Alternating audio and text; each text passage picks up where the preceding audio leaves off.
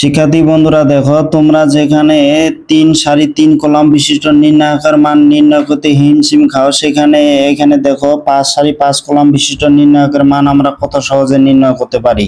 তাহলে এখানে দেখো, এখানে 5টা সারি 5টা কলাম রয়েছে। এই নির্ণায়কের মান আমরা কত সহজে নির্ণয় করব। তোমরা এই নির্ণায়কের মধ্যে যে কোনো একটা সারি বা যে কোনো একটা কলাম খুঁজে বের করবে যেখানে একটা ভুক্তি বাদে বাকি সব ভুক্তি শূন্য হবে। তাহলে এইখানে দেখো, এইখানে এই যে 3 নাম্বার কলামে এখানে 1 আছে, বাকি সব কিন্তু ভুক্তি এখানে শূন্য আছে। তাহলে এখানে তৃতীয় কলাম বরাবর যদি আমরা বিস্তার করি, তাহলে এই 1টা দেখো এখানে কত, এখানে 4 নাম্বার সারি 3 নাম্বার কলামের মধ্যে রয়েছে। তাহলে এখানে -1 টু দি পাওয়ার, এখানে 4 নাম্বার সারি মানে 4, 3 নাম্বার কলাম মানে এখানে 3, -1 টু দি পাওয়ার 4 প্লাস 3। তাহলে এইখানে এই যে 4 নাম্বার সারি 3 নাম্বার কলাম এটা বাদ যাবে, বাকি যে ভুক্তিগুলো আছে সেই ভুক্তিগুলো মিলে কিন্তু একটা নির্ণায়ক হবে। তারপরে এই নির্ণায়ক থেকে দেখো -1 টু দি পাওয়ার 7 হয়, মানে এখানে বিজোড় মানে মাইনাসে হবে। তারপরে এই যে নির্ণায়কটা হলো, এখানে 4 নাম্বার সারি 3 নাম্বার কলাম বাদে বাকি যে ভুক্তিগুলো আছে সবগুলো ভুক্তি নিয়ে আমরা একটা নির্ণায়ক গঠন করব।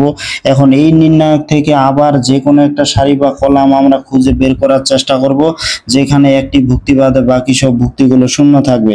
এখানে প্রথম কলাম বরাবর দেখো, এই প্রথম কলাম বরাবর এখানে এই যে 2 শুধু আছে, বাকি সব ভুক্তিগুলো কিন্তু শূন্য আছে। আমরা এটাও নিতে পারি, যাই হোক এটা আমরা নিলাম। তাহলে এখানে কি প্রথম কলাম বরাবর যদি বিস্তার করি, তাহলে এখানে -1 টু দি পাওয়ার 7 মানে এখানে মাইনাস, আর এখানে 2, এইটা দেখো এখানে 1 নাম্বার কলাম আর 1 নাম্বার সারির মধ্যে আছে, তাহলে 2টা এখানে কমন নিব। তাহলে এখানে -1 টু দি পাওয়ার কি হবে, যেহেতু এটা 1 নাম্বার সারি 1 নাম্বার কলাম, তাহলে -1 টু দি পাওয়ার 1 প্লাস 1। তাহলে 1 নাম্বার সারি 1 নাম্বার কলাম বাদে বাকি যে ভুক্তিগুলো আছে এই ভুক্তিগুলো নিয়ে একটা নির্ণায়ক গঠন করতে হবে।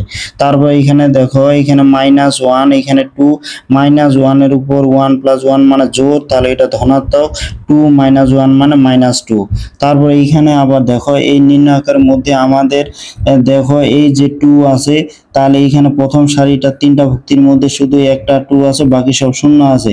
তাহলে এখানে প্রথম সারি বরাবর যদি আমরা বিস্তার করি, এখানে তাহলে 2টা দেখো 1 নাম্বার সারি 1 নাম্বার কলামের মধ্যে অবস্থিত, তাহলে এটা গুণ করে হচ্ছে -2। এই 2টা আমরা কমন নিলাম, যেহেতু এটা 1 নাম্বার সারি 1 নাম্বার কলামের মধ্যে অবস্থিত, তাহলে -1 টু দি পাওয়ার 1 প্লাস 1 হবে, মানে ওটা ধনাত্মক হবে, যার কারণে ওটা আমরা নিলাম না। তাহলে এই যে এখানে শুধু 4টা ভুক্তি আছে, এই 4টা ভুক্তি মিলে আমরা একটা নির্ণায়ক লিখলাম। এখন এটা যদি বিস্তার করি, 5 দুনা 10, এখানে মাইনাস হয় সূত্রে, মাইনাস এখানে প্লাস 3 গুণ করে হচ্ছে 9, তাহলে এখানে 19 4 হচ্ছে এই যে 76, এইটা হয়ে গেল উত্তর।